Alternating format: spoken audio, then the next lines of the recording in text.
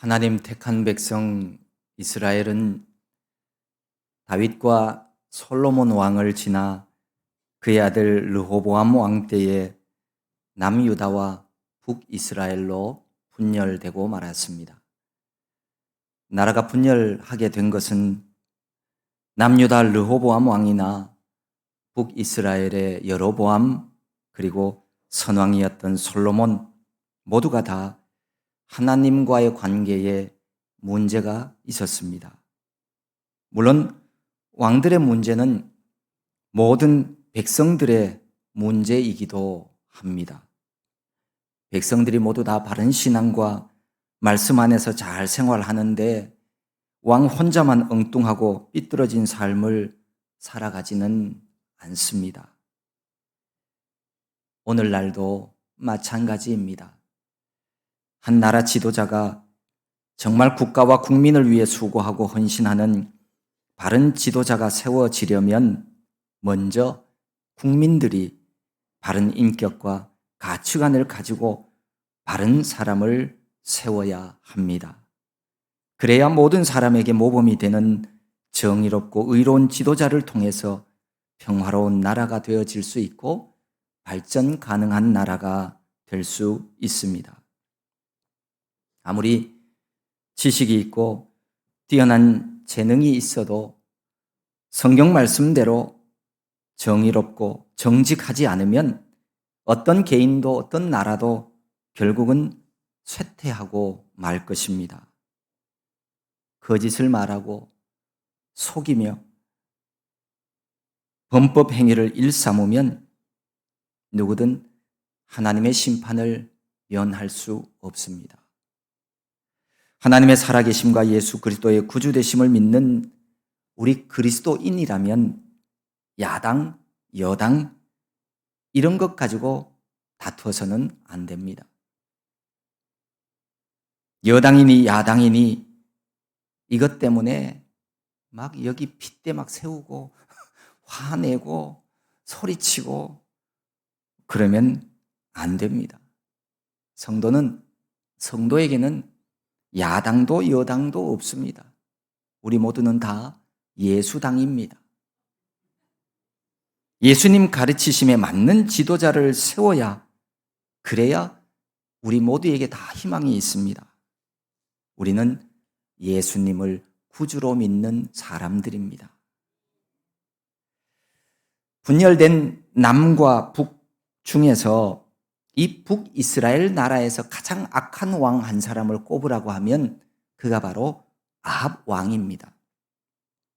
아합은 시돈의 엣 바알 왕의 딸인 이세벨을 아내로 맞이하여서 바알 종교를 끌어들였습니다. 그리고 바알 숭배를 반대한다는 이유로 하나님의 선지자들까지도 무참히 죽이는 이런 악한 일도 서슴지 않았던 인물입니다. 이 아합 왕 때에 하나님은 가장 위대한 능력의 선지자 엘리야를 준비해 두셨습니다. 어느 날 엘리야 선지자가 아합 왕에게 이렇게 말했습니다.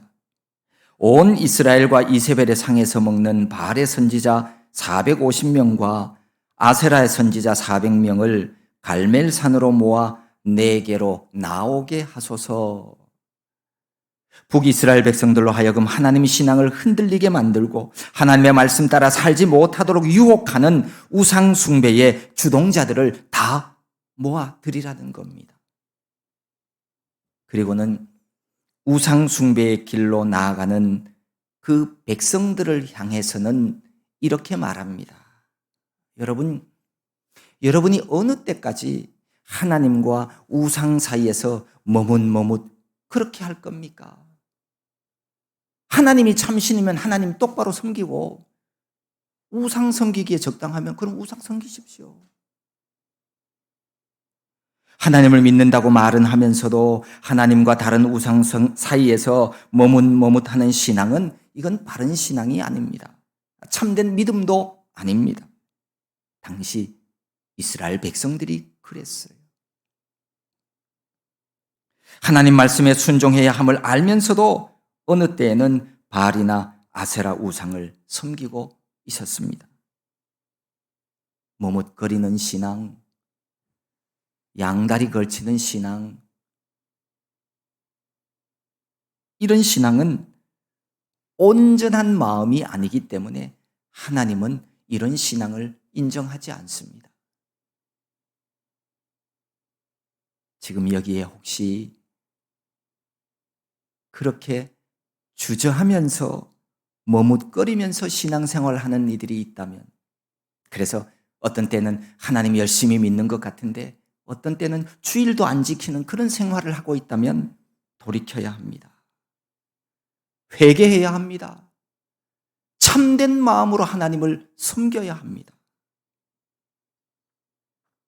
엘리야는 이렇게 머뭇거리고 있는 백성들을 향해서 제안을 합니다. 엘리야 선지자 혼자와 바알 선지자 450명이 어떤 신이 참 신인지를 결판내자는 제안입니다. 송아지 둘을 가지고 왔습니다. 각 한 마리씩 제단 위에 올려놓고 불을 붙이지 말아라. 너희는 너희 신의 이름을 부르며 기도하고 나는 여호와의 이름을 부르겠다. 그래서 하늘에서 불로 응답하시는 신, 그분이 참 하나님이 될 것이다. 그분을 우리가 믿고 섬겨야 한다. 이 엘리야의 제안을 들은 모인 백성들이 그 제안이 옳다고 다 동의를 했어요. 그래서 결판이 시작이 돼요. 결판.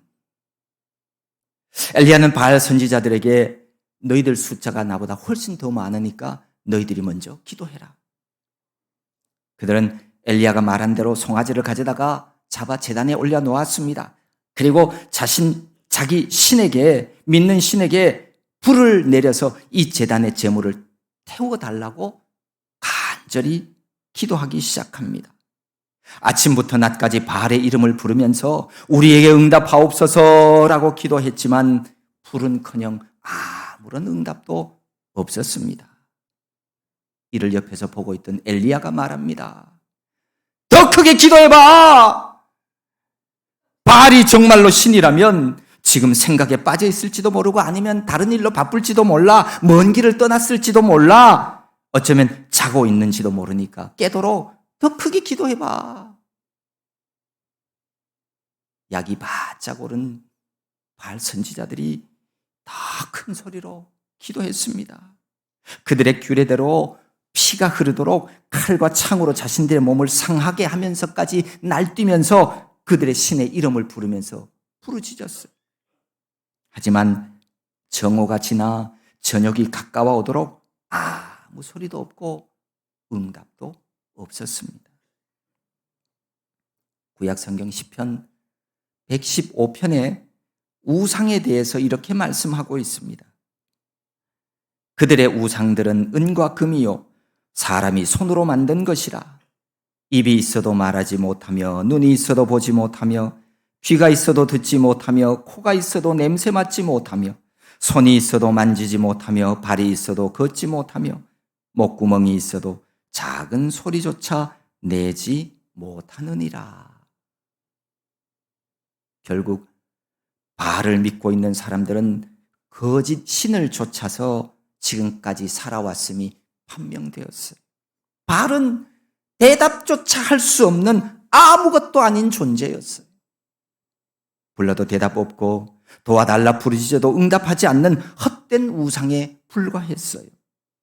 그토록 찾아도 아무런 응답을 보여줄 수 없는 우상에게 어떻게 미래를 맡길 수 있으며 소망을 가질 수가 있겠어요? 엘리야 시대뿐만 아닙니다. 오늘날에도 많은 사람들이 생명 없는 것을 섬기는 이들이 있어요. 열심을 내고 정성을 쏟지만 그게 그 사람들에게 무슨 소용이 있어요? 성경의 표현대로 헛되고 헛된 것뿐이에요.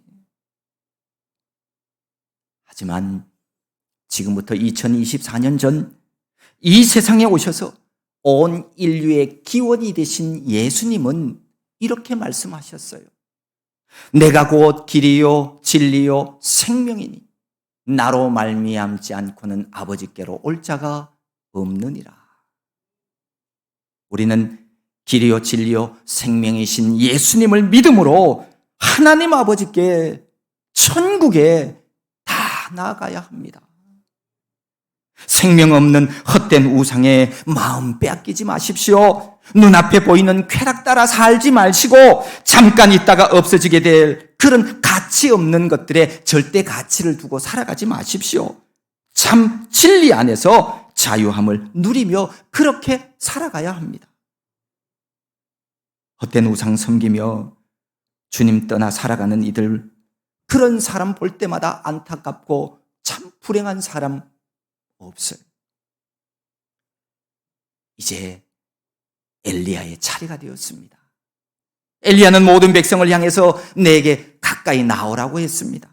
여호와만이 참 하나님이심을 보여주기 위해서 거기 있는 백성들을 불러 모았습니다.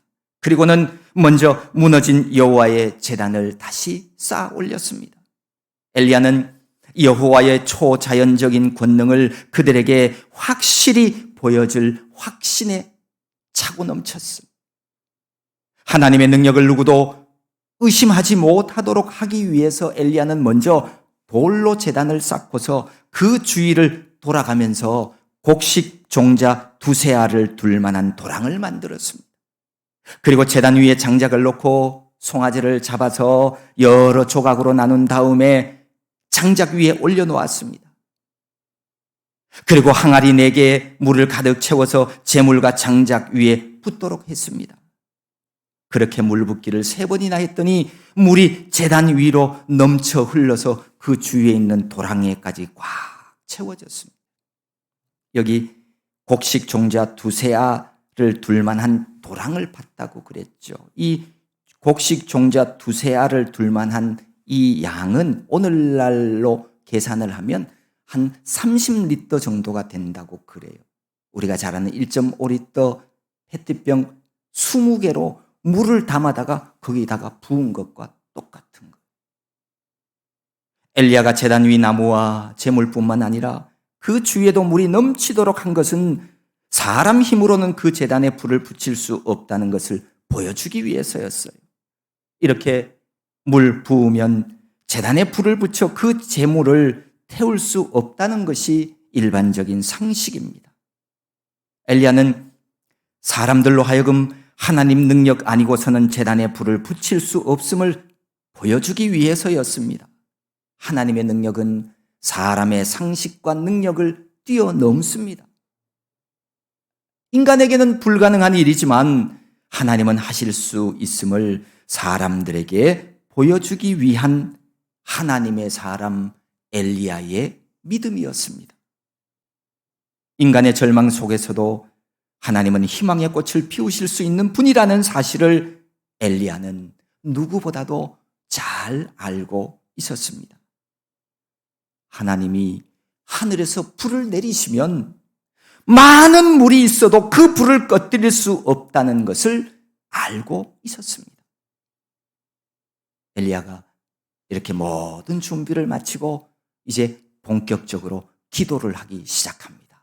그 기도 내용이 36절, 37절에 있는 내용이죠. 그는 기도를 시작하면서 이렇게 하나님의 이름을 불렀습니다. 아브라함과 이삭과 이스라엘의 하나님 여호와여. 여기 이 아브라함과 이삭과 이스라엘, 이 이스라엘은 바로 야곱을 얘기하죠. 거기 우리가 읽은 31절에 보면 기록이 되어 있죠. 하나님께서 이 야곱을 이스라엘이라는 이름으로 불렀죠. 아브라함, 이삭, 야곱의 하나님은 어떤 하나님이냐 하면 아브라함, 이삭, 야곱의 하나님은 언약의 하나님이십니다. 하나님은 일찍이 그들에게 가나안 땅을 약속해 주셨어요.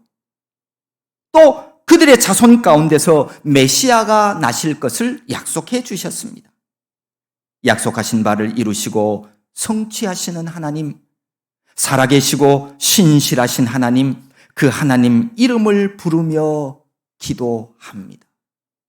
우리도요, 기도할 때 하나님 이름 부르며 그렇게 기도해야 돼요. 그러면서 하나님께 이스라엘의 하나님 되심을 증명해 달라고 이제 간구합니다.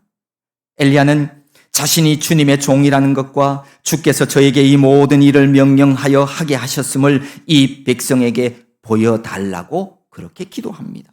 여호와여 내게 응답하옵소서, 내게 응답하옵소서. 저의 기도를 들어달라는 거죠. 여호와께서 하나님이시라는 것을 이 백성들이 알게 해주소서. 주님이야말로 이 백성을 주께로 돌아오게 하시는 분이라는 것을 알게 해 주십시오. 이 엘리야의 기도를 보면은요, 어느 한 부분도 어느 한 조각도 자신의 사사로운 유익을 위한 기도는 없어요. 자신의 뜻과 자기 영광을 위해서 기도하지 않았어요. 모든 것이 오직 여호와 하나님을 위한 것이었습니다. 그분의 뜻과 영광을 위한 기도였습니다. 하나님이 들으시고 응답하시는 기도는 바로 이런 기도입니다. 엘리야처럼 개인적인 욕심을 버리고 하나님의 뜻을 구하고 하나님의 영광을 나타내어야 합니다. 하나님은 우리의 기도를 들으시는 분이시지만 아무 기도나 다 듣지는 않아요. 내 개인적인 욕심을 채우기 위해 기도하는 것은 옳지 않습니다. 하나님이 들으시는 기도가 아니에요. 성경은 야고보서 4장에서 이렇게 말씀하고 있죠. 너희가 얻지 못함은 구하지 아니하기 때문이요. 구하여도 받지 못함은 정욕으로 쓰려고 잘못 구하기 때문이다. 잘못 구하면 하나님 들으시지 않아요. 욕심으로 구하는 기도는 하나님이 주시지 않습니다. 이렇게 우리가 기도할 때 하나님의 뜻을 구해야 하는데 이 하나님의 뜻을 오해하는 분들이 간혹 있어요. 하나님 뜻 구하고 하나님 뜻만 따라 살아가면 그럼 나는 뭐가 됩니까? 나는 아무것도 아니잖아요. 이렇게 오해하면 안 됩니다. 그렇지 않습니다. 그것은 하나님을 잘 몰라서 그런 거예요.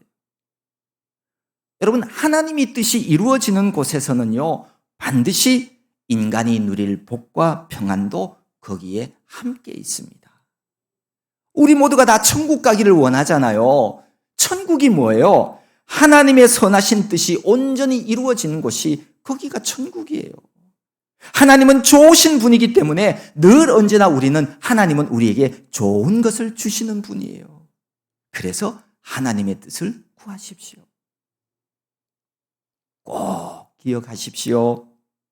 이 세상도 그 정욕도 지나가되 오직 하나님의 뜻을 행하는 자는 영원히 거하게 될 것입니다. 하나님의 기쁘신 뜻을 구하며 실천하는 성도들이 되어서 영원한 나라에서 거하는 저와 여러분 모두가 되기를 소망합니다. 이 엘리야의 간절한 기도를 들으신 하나님은 불로써 응답해 주셨습니다. 38절에 보면 이에 여호와의 불이 내려서 번제물과 나무와 돌과 흙을 태우고 또 도랑의 물을 핥은지라. 이 여호와의 불은 하늘로부터 내려온 초자연적인 불을 의미합니다. 그 여호와의 불은 번제물과 나무만 태운 것이 아닙니다. 돌과 흙도 태우고 도랑의 물까지도 순식간에 다 핥아버렸어요. 다 증발시켜버렸어요. 이렇게 순간적으로 일어난 이 엄청난 광경을 눈으로 바라보았던 백성들이 땅에 엎드리며 말합니다. 여호와 그는 하나님이시로다. 이 백성에게 주 여호와는 하나님이신 것을 알게 해달라고 엘리야가 기도했는데 그 기도를 들으신 하나님께서 그 기도 그대로 응답해 주셨습니다. 갈멜산에 모여 어떤 신이 참 하나님이신가를 두 눈으로 보게 된 이스라엘 백성들이 입으로 다 고백합니다. 여호와가 참 하나님이시다. 여호와 그는 하나님이시로다. 모든 백성들이 여호와가 참 하나님이심을 알게 되어지자 엘리야는 거기 모인 사람들에게 바알의 선지자를 하나도 도망가지 못하도록 잡으라고 명령했습니다. 40절에 보면 엘리야가 그들에게 이르되 바알의 선지자를 잡되 그들 중 하나도 도망하지 못하게 하라 하매 곧 잡은지라. 엘리야가 그들을 기손 시내로 내려다가 거기서 죽이니라. 엘리야는 온 이스라엘 백성들을 하나님께로부터 멀어지게 만들고 우상 숭배하도록 만든 바알 아세라 선지자 850명을 기손 시냇가로 끌고 가서 거기서 다 죽였습니다. 이스라엘 땅 갈멜산 입구에 가면 지금 그 엘리야의 동상이 세워져 있습니다. 그림을 한번 보겠습니다. 이 엘리야의 동상을 보면 저 손에 잡은 칼이 다 휘었어요. 그 많은 우상 숭배자들을 칼로서 내리치다가 보니까 그렇게 된 것 같습니다. 여러분, 믿음 생활, 신앙 생활은요, 다시 말해서 영적 전쟁은요, 궁극적으로 죽고 사는 문제예요. 신앙 생활을 취미 생활로 하지 마십시오. 그러면 안 돼요. 어떤 사람은 아니, 이거 너무한 거 아닙니까? 그 많은 사람들을 다 죽여야 합니까? 이렇게 말하는 이가 있을지 모르겠어요. 그런데 이 엘리야는 하나님의 말씀대로 그대로 한 거예요. 구약성경 신명기 13장에 보면 하나님이 이런 말씀을 주셨어요. 너희 중에 선지자나 꿈꾸는 자가 일어나서 이적과 기사를 내게 보이고 그가 내게 말한 그 이적과 기사가 이루어지고 너희가 알지 못하던 다른 신들을 우리가 따라 섬기자고 말할지라도 너는 그 선지자나 꿈꾸는 자의 말을 청종하지 말라. 이는 너희의 하나님 여호와께서 너희가 마음을 다하고 뜻을 다하여 너희의 하나님 여호와를 사랑하는 여부를 알려하사 너희를 시험하심이니라. 너희는 너희의 하나님 여호와를 따르며 그를 경외하며 그의 명령을 지키며 그의 목소리를 청종하며 그를 섬기며 그를 의지하며 그런 선지자나 꿈꾸는 자는 죽이라 라고 말씀하셨어요. 하늘에서 불을 내려 재물을 태워 흠양하시고 살아계심을 보여주신 하나님, 그 하나님은 백성들을 미혹하고 하나님께로 멀어지게 한 자들을 다 죽이라고 명령하십니다. 그래서 엘리야가 행한 것입니다. 엘리야는 하나님에 대한 굳건한 신앙을 가지고 바알 숭배에 맞서서 하나님의 권능을 증명했습니다. 이 세상에 여호와 하나님 외에 다른 신은 없습니다. 엘리야는 기도의 힘과 능력을 믿었으며 생활 속에서 실천한 하나님의 사람이었습니다. 그는 극심한 가뭄 속에서 기도로 비를 내리게 했던 사람입니다. 그는 기도함으로 죽은 아이를 살리기도 했습니다. 기도에 대한 많은 실험 자료를 모아서 책을 펴낸 레리 도시라고 하는 사람이 있습니다. 그는 샌프란시스코 종합병원에서 393명의 환자를 대상으로 실험을 했습니다. 이 실험에서 무작위로 선정된 192명의 환자들에게 일반 치료와 함께 기도를 해 주었습니다. 그리고 다른 사람들은 기도 없이 그냥 치료만 했습니다. 그런데 나중에 가서 보니까 기도해 준 환자의 완쾌율이 훨씬 더 높았습니다. 이런 실험은 이것 외에도 많이 있습니다. 기도는 단지 우리의 마음을 다스리는 정도가 아니라 실제적으로 놀라운 능력의 원천입니다. 기도해 보세요. 기도 생활할 때, 내가 하나님 이름 부르며 기도할 때, 그때가 진짜 신앙생활을 시작하는 거예요. 그냥 와서 앉아 있는 거는 내가 하나님 믿고 싶은 마음이 있고 그냥 구경하는 걸지도 몰라요. 기도할 때부터가 진짜 하나님을 믿기 시작하는 때입니다.